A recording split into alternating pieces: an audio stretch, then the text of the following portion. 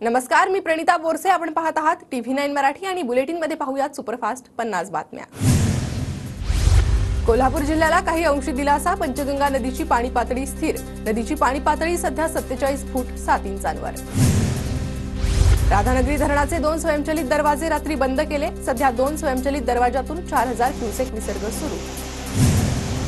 इचलकरंजीमध्ये पाणी शिरल्यानं हजारो नागरिकांचं स्थलांतर. नृसिंहवाडी आणि कुरुंदवाड शहराला पाण्याचा वेढा. अलमट्टी धरणातून पाण्याचा मोठा विसर्ग.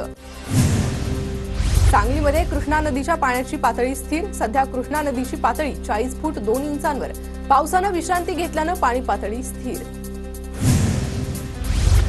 सांगली शहरातल्या सूर्यवंशी प्लॉट करनाळ रोड भागात आमदार विश्वजित कदम आणि खासदार विशाल पाटलांकडून पाहणी.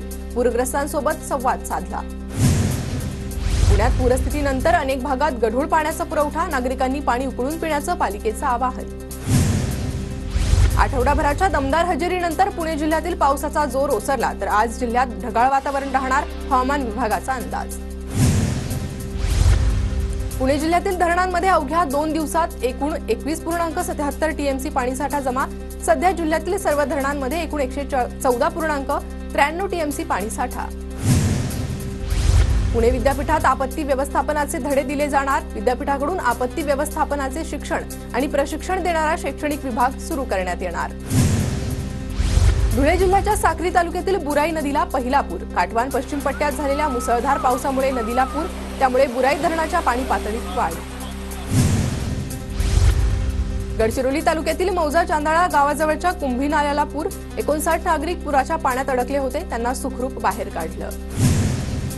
गणेशोत्सवानिमित्त कोकणात जाणाऱ्या भाविकांसाठी पश्चिम आणि कोकण रेल्वेकडून विशेष गाड्यांचं आजपासून तिकीट आरक्षण सुरू. विरारच्या अर्नाळा समुद्रात पिकनिकसाठी आलेल्या 17 वर्षांच्या मुलाचा मृत्यू. सचिन चौधरी असं मुलाचं नाव होतं. तो विरार पश्चिमेच्या ग्लोबल सिटी परिसरात राहत होता. दौंडमध्ये इलेक्ट्रॉनिक इंटरलॉकिंगच्या कामासाठी मध्य रेल्वेवर 29 जुलै ते 1 ऑगस्ट दरम्यान mega block. Nanded Panvel Secunderabad LTT Duronto Shirdi Dadar express रद्द. मुंबईत स्वाईन फ्लूच्या रुग्णसंख्येत झपाट्यानं वाढ. शहरात रोज 20 ते 25 स्वाईन फ्लू रुग्णांची नोंद, तर मागील काही दिवसांपासून तापाच्या रुग्णांमध्ये देखील वाढ. पुणे शहरात डेंग्यूच्या रुग्णसंख्येत वाढ सुरूच. या महिन्यात डेंग्यूचे 389 संशयित रुग्ण आढळले. याबरोबरच चिकनगुनियाचे देखील 8 रुग्ण आढळले. आरोग्य विभागाच्या अहवालातून माहिती समोर. पुण्यात पुराच्या दूषित पाण्यामुळे पिण्याच्या पाण्याचे स्रोत दूषित झाले असल्याची शक्यता. त्यामुळे पाण्यातून आजारांचा प्रसार होण्याचा धोका वाढला. पालिकेच्या आरोग्य विभागाकडून काळजी घेण्याचा सल्ला. नाशिकच्या जिल्हा रुग्णालयात प्रलंबित अहवालांपैकी 560 चाचण्यांमध्ये 254 डेंग्यू रुग्ण आढळले. पालिकेनं डेंग्यूच्या तपासणीसाठी स्वतंत्र लॅब सुरू करण्यासह किट प्राप्त करून देण्याचीही मागणी केली आहे.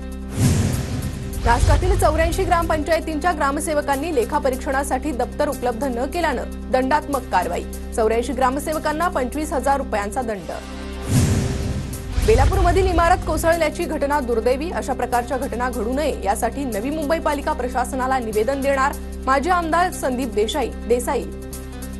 नाईक यांची माहिती.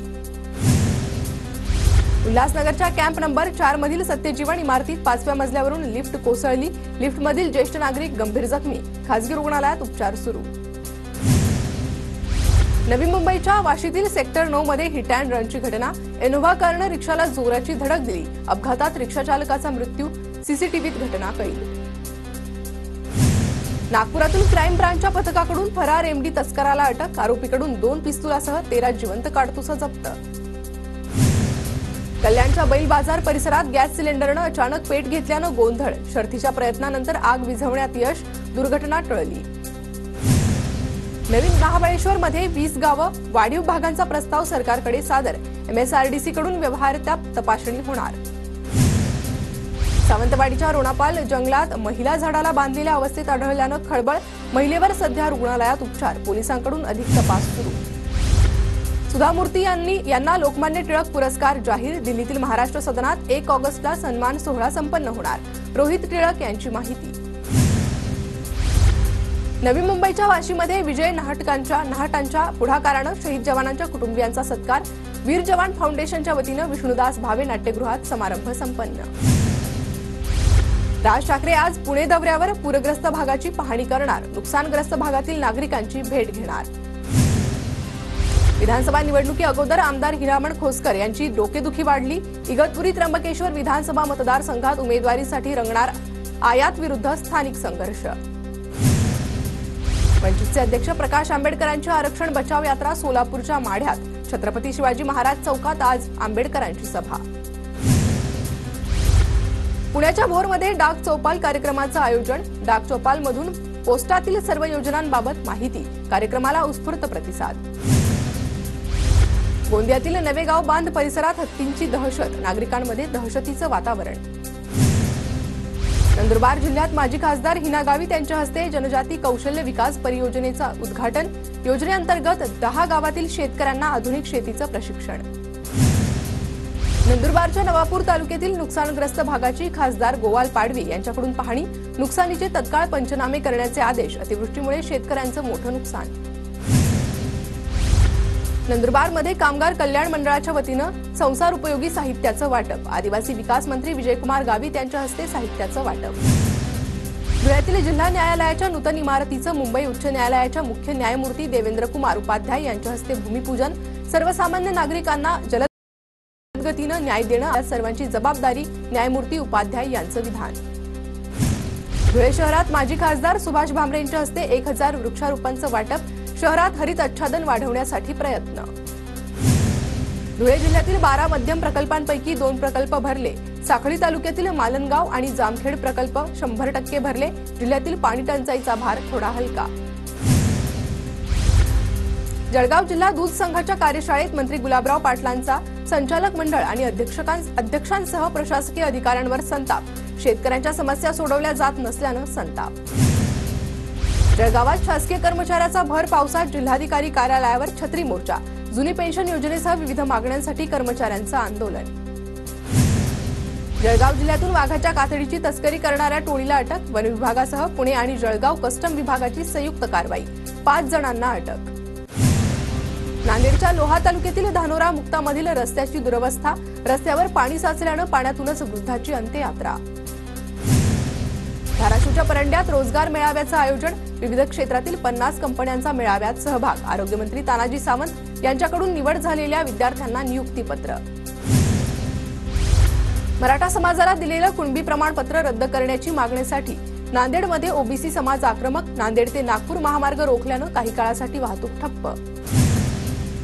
जळगावच्या कांडदा गावात रस्त्याच्या खड्ड्याभोवती रांगोळी काढून खड्ड्यांची आरती। खड्ड्याच्या दुरुस्तीसाठी ग्रामस्थांकडून गांधीगिरी स्टाईल आंदोलन। वर्ध्याच्या सेलूमधील गरमसूर गावात बसच्या फेऱ्या वाढवण्याची मागणी। बस उपलब्ध होत नसल्यानं विद्यार्थी त्रस्त। नांदेडमध्ये गेल्या 8 दिवसांपासून जिल्हाधिकारी कार्यालय येथे शिक्षक संघटनांचं धरणे आंदोलन। महिला शिक्षक आंदोलकांनी महाजनांच्या पाया पडत मागण्या पूर्ण करण्याची विनंती केली। जळगावच्या 40 गावात अत्याधुनिक दृष्ट्या सुसज्ज अशा भव्य दिव्य मध्यवर्ती प्रशासकीय इमारतीचं आज लोकार्पण। मान्यवरांच्या उपस्थितीत आज संध्याकाळी लोकार्पण होणार।